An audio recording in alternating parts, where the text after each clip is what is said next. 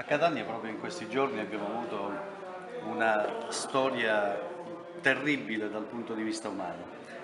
La famiglia Crisafulli, non so se lei ha Certo, seguito, Salvatore. Salvatore Crisafulli, praticamente ha perso prima un fratello in un incidente stradale, poi Salvatore Crisafulli è rimasto in stato vegetativo sempre in seguito a un incidente stradale, hanno fondato la fondazione Risveglion Lus.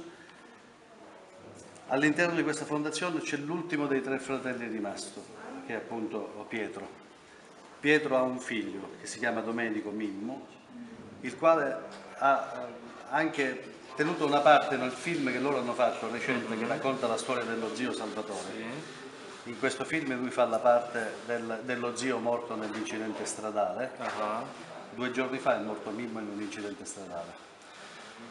Il papà adesso ha postato su Facebook: ti do l'ultimo saluto e ti vengo a trovare. Ecco, come dare la forza, la fede in casi del genere?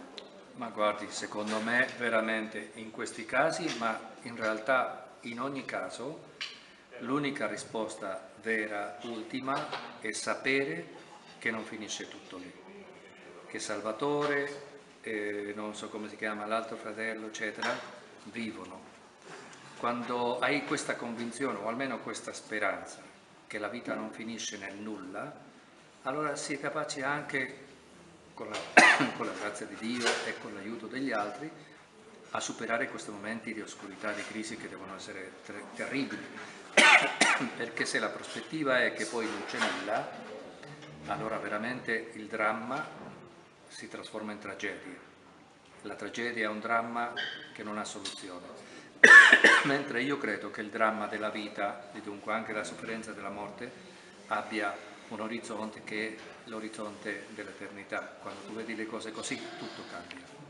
Grazie, Solo padre. questa per me è una risposta definitiva per la mia vita, per la vita di queste persone, per chiunque.